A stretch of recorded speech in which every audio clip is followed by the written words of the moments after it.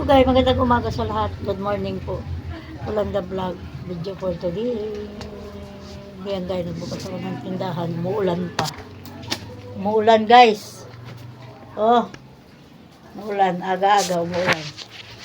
Anong oras pa lang? 7. Umuulan na. Umuulan. Maaga pa. Maaga pa guys, umuulan. Kanina pa ako nagbubukas maaga, mga alas 6. Bubukas na ako ng tindahan. Ang tumal. Paano yan? Ulan na naman, oh. Ulan na naman. Aga-aga. Hindi kami nakadeliver ng maayos kahapon dahil yung asawa ko, sumakit na naman yung mga paa niya. Lagi na lang ganyan. Sumasakit yung mga arthritis. Paano? Matakaw kumain. Kaya, mag-deliver sila ng maaga ngayon dahil hindi naka-deliver kahapon dahil anak ko pumasok. Ngayon may pasok na naman yung anak ko. Kaya mag-deliver sila ngayong magang-magang pa sila nag-deliver. May pasok kasi mamaya yung anak ko mga 10. Dineliver muna niya yung order kahapon dahil hindi niya dineliver. Sumasakit na yung paa niya.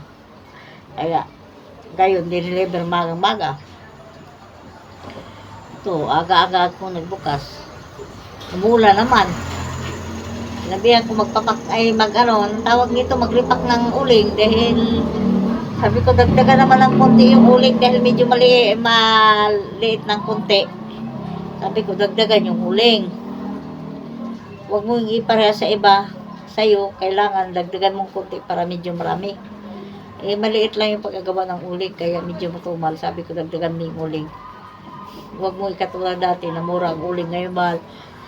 Sabi sa akin, kasi isang sako nga naman ng uling, 350.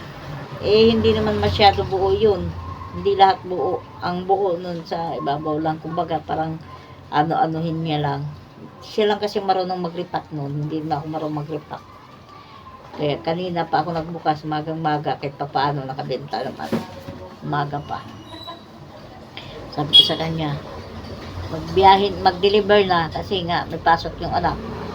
Kaya nag-deliver sila ngayon maga. Hindi pa dumating, umuulan pa. Nako, kakainis, umuulan. Yung tumal pag umuulan eh. Matumal ang paninda, matumal ang deliver. Kailangan pa naman mag-deliver kasi nga sa pasok ng anak ko pangalawas, dyan namin kinukuha. Lahat, dyan namin kinukuha dito sa tindahan.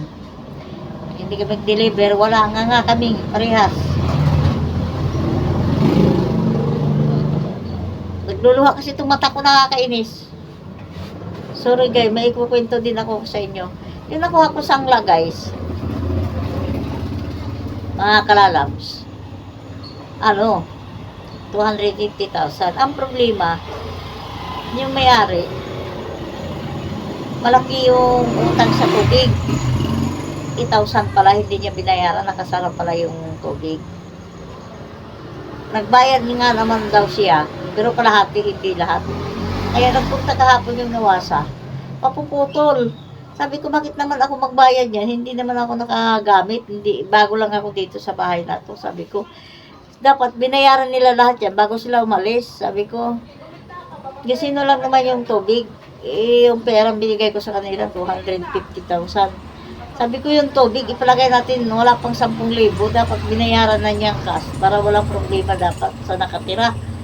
Ang problema, punta yung mga nawasa dyan, puputulin.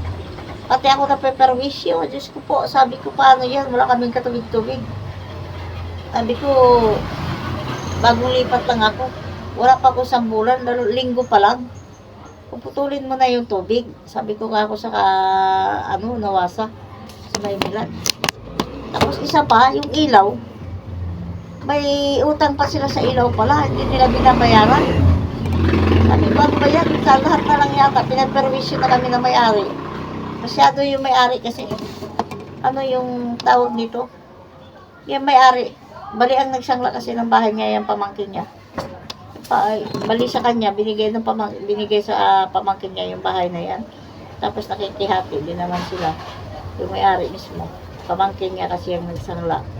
Dapat naman kasi, naghati naman sila sa pera na 250,000. Binayaran muna nila yung tubig yung mga obligasyon nila bago sila lumayas dyan sa bahay na yan. Problema, may mga